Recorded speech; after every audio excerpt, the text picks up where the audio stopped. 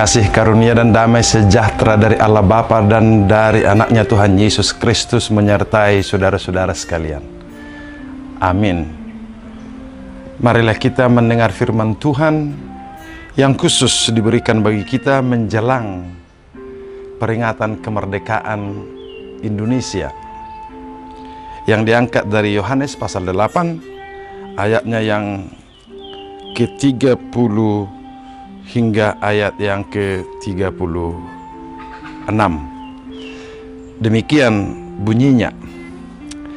Setelah Yesus mengatakan semuanya itu, banyak orang percaya kepadanya. Maka katanya kepada orang-orang Yahudi yang percaya kepadanya, "Jika kamu tetap dalam firman-Ku, kamu benar-benar adalah murid-Ku, dan kamu akan mengetahui kebenaran, dan kebenaran itu akan memerdekakan kamu." Jawab mereka, "Kami adalah keturunan Abraham dan tidak pernah menjadi hamba siapapun. Bagaimana engkau dapat berkata kamu akan merdeka?" Kata Yesus kepada mereka, "Aku berkata kepadamu, sesungguhnya setiap orang yang berbuat dosa adalah hamba dosa. Dan hamba tidak tetap tinggal dalam rumah, tetapi anak tetap tinggal dalam rumah. Jadi apabila anak itu memerdekakan kamu, kamu pun benar-benar merdeka." Demikian firman Tuhan. Saudara-saudara, pikiran merdeka selalu terdengar ketika bangsa kita merayakan ulang tahun kemerdekaan Republik Indonesia setiap tanggal 17 Agustus. Bahkan sepanjang bulan Agustus kita menaikkan bendera merah putih sebagai simbol perayaan, dan di mana-mana pekikan merdeka ini dalam acara-acara formal kenegaraan, di sekolah-sekolah dan di berbagai tempat, pekikan merdeka itu selalu terdengar mengingatkan bahwa bangsa kita adalah bangsa yang sudah merdeka. Dan kita tahu kemerdekaan yang dimaksud adalah kemerdekaan dari penjajahan yang kita kenal dengan penjajahan Belanda. Dan pada tahun 1945 Presiden pertama Indonesia mengumandangkan proklamasi kemerdekaan kita. Dan salah satu yang selalu didengungkan oleh pemimpin-pemimpin bangsa kita setelah kita merdeka, saatnya kini adalah mengisi kemerdekaan itu. Kemerdekaan dari penjajahan, kemerdekaan dari dominasi bangsa lain yang menguasai, mengendalikan suatu bangsa. Ada seorang tokoh hak asasi manusia yang berbicara mengatakan kemerdekaan adalah perjuangan. Dan ketika Anda berhenti memperjuangkan kemerdekaan itu sudah berakhir. Sudah berakhir. Jadi bagi dia merdeka itu adalah sesuatu yang diperjuangkan. Dan hakikat dari kemerdekaan itu ada pada perjuangan itu sendiri. Saya rasa itu adalah ungkapan yang indah yang perlu direnungkan. Kita juga mengetahui ada bentuk kemerdekaan lain. Kemerdekaan orang yang dikurung atau dipenjarakan. Terutama mereka yang sesungguhnya tidak bersalah tetapi dipenjarakan. Lalu setelah ditemukan bahwa dia tidak bersalah, kemudian dia dibebaskan, dia dimerdekakan. Atau seseorang memang sudah bersalah, lalu dia dipenjarakan, kemudian dia dihadiahi kemerdekaan dengan sebuah kerinduan, jangan lagi dia mengulangi kesalahan tersebut, jangan lagi mengulangi melakukan sebuah kejahatan.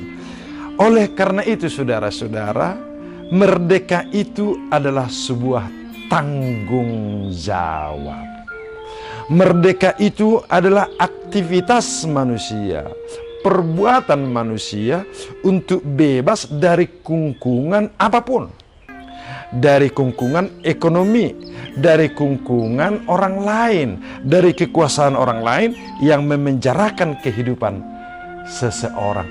Di situ hakikat kemerdekaan itu dan bertanggung jawab. Sebab tidak ada kemerdekaan personal yang tidak terkait dengan orang lain. Jadi kemerdekaan bukanlah kebebasan suka-suka, bukan. Tapi kemerdekaan adalah tanggung jawab saya secara bebas untuk hidup dalam kebersamaan, membangun kemanusiaan, membangun persaudaraan, membangun ikatan di antara saya dan saudara supaya bisa hidup dengan damai, hidup dengan baik secara bersama. Hidupmu dan hidupku berada dalam lingkungan yang sama, tanpa penindasan, tanpa penekanan, tetapi ada gerak kemerdekaan. Saya kasih contoh, saudara-saudara. Ketika orang berada di lampu merah lalu lintas, orang yang merasa kemerdekaan suka-suka, dia akan menerobos lampu merah itu dan berkata, saya tidak ada kok membahayakan di sini, maka saya lewati saja. Ini adalah kebebasan saya. Itu bukan kemerdekaan, saudara-saudara. Itu adalah penindasan oleh dirinya sendiri, bukan orang lain, sebab dia tidak memperdulikan orang lain. Tetapi kemerdekaan ialah begini. Wah, syukur. Lampu merah ini ada sehingga saya berhenti, orang lain lewat, orang itu selamat, saya pun nanti kalau sudah lampu hijau akan pergi dengan selamat. Jadi kemerdekaannya itu adalah kemampuan untuk melakukan aturan yang benar, untuk melakukan kehidupan yang benar. Itulah yang kita alami tentang kemerdekaan. Tetapi saudara-saudara, hari ini kita diingatkan bahwa penjajahan dan penindasan terberat dalam kehidupan ini adalah kungkungan dosa. Dosa yang membawa manusia kepada kematian, kepada kehancuran, kepada kehidupan yang berakhir pada derita yang selama-lamanya. Dosa yang membuat manusia melakukan pemberontakan terhadap Allah, yang akibatnya pemberontakan terhadap sesama manusia, sekaligus juga menjadi pemberontakan terhadap alam. Maka orang berdosa itu rusak hubungannya dengan Tuhan, rusak hubungannya dengan sesama, rusak hubungannya dengan alam. Jadi saudara-saudara, sangat sederhana kalau memeriksa apakah kita masih dikungkung dosa atau bukan. Itu saudara dan saya bisa melihat ke dalam diri kita. Kalau hubungan saudara itu tidak harmonis lagi dengan Tuhan, berarti dosa sedang berkuasa atas saudara. Kalau hubungan saudara itu rusak dengan sesama, itu juga dosa sedang menguasai saudara-saudara. Kalau saudara itu mempunyai hubungan yang rusak dengan alam, dengan kehidupan sekitar, saudara tentang dikungkungi oleh dosa. Maka orang yang gemar merusak alam sebenarnya dia sedang dikuasai dosa. Ada kegembiraannya mengeksplorasi alam itu untuk dirinya sendiri, sehingga alam itu rusak dan orang lain rusak. Sama itu. Ada juga orang yang gemar melihat orang lain susah. Gemar dia. Kalau orang itu susah, wah dia senang dia. Kalau orang itu menderita, dia senang dia. Kalau orang itu tertipu, dia senang dia. Saya kasih contoh. Suatu saat ada seorang anak-anak menjual souvenir ke orang asing, ke seorang turis. Lalu anak ini berbicara kepada turis ini dengan bahasa Inggris yang terbata-bata hanya dengan angka. $10, sir. $10. Lalu turis ini mengatakan $5. Tapi dia mengatakan $10, $10. Lalu turis itu melihat, wah kasihan ini anak, masih kecil, sudah jualan. Tetapi pada saat yang sama dia bangga, wah ini anak ini pasti berjuang untuk hidupnya. Dia meninggalkan sekolahnya atau sehabis sekolah dia berjualan, pasti ada keperluannya yang penting. Lalu turis itu merasa kasihan kepada dia. Lalu dibelinya lah souvenir itu seharga $10. Nah setelah itu dia dengan gembira dan senang dia menjumpai kawannya. Lalu dia berbicara, kau tahu, aku berhasil membuat orang turis itu bodoh. Dia tidak tahu harga souvenir ini $2. Dari mana kau tahu dia tidak tahu? Sebab dia menawarnya $5. Oh berarti dia tidak tahu harganya. Jadi aku berhasil membodoh-bodohi dia. Dia gembira kepada kawannya, senang kepada kawannya bahwa dia berhasil membodoh-bodohi orang itu. Itu orang telah dikuasai dosa, saudara-saudara. Dikuasai roh penipuan. Dia gembira dan senang kalau dia bisa membodohi orang lain. Itu bukan kebanggaan, bukan perjuangan. Itu adalah dosa yang telah mengatur dia.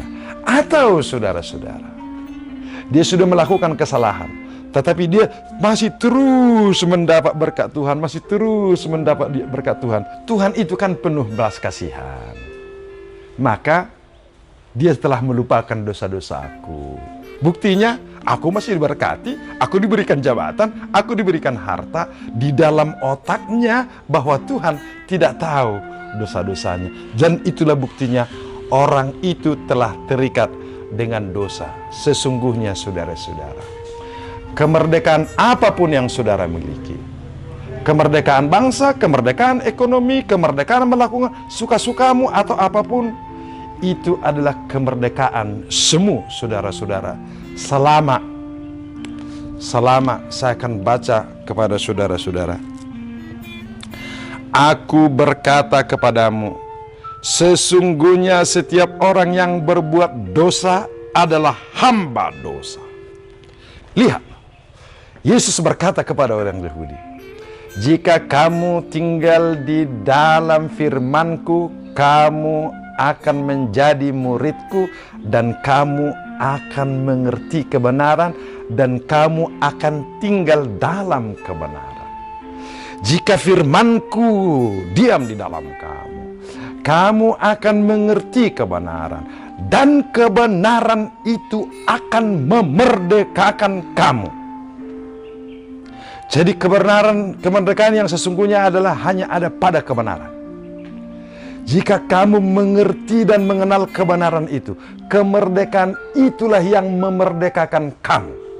Bukan perjuanganmu, bukan kemampuanmu. Kemerdekaan itu sendiri yang akan memerdekakan kamu. Tahukah saudara jawaban mereka? Kamu mengatakan kami merdeka? Kami tidak pernah dijajah siapapun. Kami tidak dikuasai oleh siapapun. Kami adalah umat Allah. Kami adalah bangsa Allah. Status kami adalah status merdeka. Iya, statusmu status merdeka. Tetapi hidupmu sesungguhnya adalah hamba dosa. Sebab dosa selalu ada di dalam dirimu. Dan itu hanya bisa dimerdekakan oleh Yesus Kristus, yang adalah kemerdekaan itu sendiri. Jika kamu tunduk dan taat kepada anak itu, apabila anak itu memerdekakan kamu, apabila Yesus memerdekakan kamu, kamu sungguh-sungguh merdeka. Saudaraku, Yesus telah mati untuk kita. Dia telah membayar lunas hutang dosa-dosa kita. Tinggal tugas kita ialah menerima bahwa dosa kita telah diampuni, bahwa kesalahan-kesalahan kita telah dilupakan, bahwa hidup kita telah diberikan harapan kehidupan yang kekal, bahwa kita telah diberikan ruang untuk hidup saling mengasihi sebagai orang yang diampuni, hidup menganugerahi sebagai orang yang diampuni. Hidup itu jauh lebih berharga daripada apapun. Hidup itulah yang utama. Jangan kekuasaan yang mengalir ke dalam dosa, jangan kekayaan yang mengalir kepada dosa, jangan penindasan yang mengalir kepada dosa, tetapi sungguh-sungguh hargailah hidup itu sebagai hidup yang telah diampuni oleh Tuhan Yesus. Dan jika Yesus memerdekakan kamu, kamu sungguh-sungguh merdeka. Saudaraku, dalam rangka mengenang kemerdekaan bangsa ini, kita mensyukuri kemerdekaan fisik, kemerdekaan dari penjajahan, dan kita terus berharap dan berdoa. Kita mengalami kemerdekaan atas penindasan ekonomi.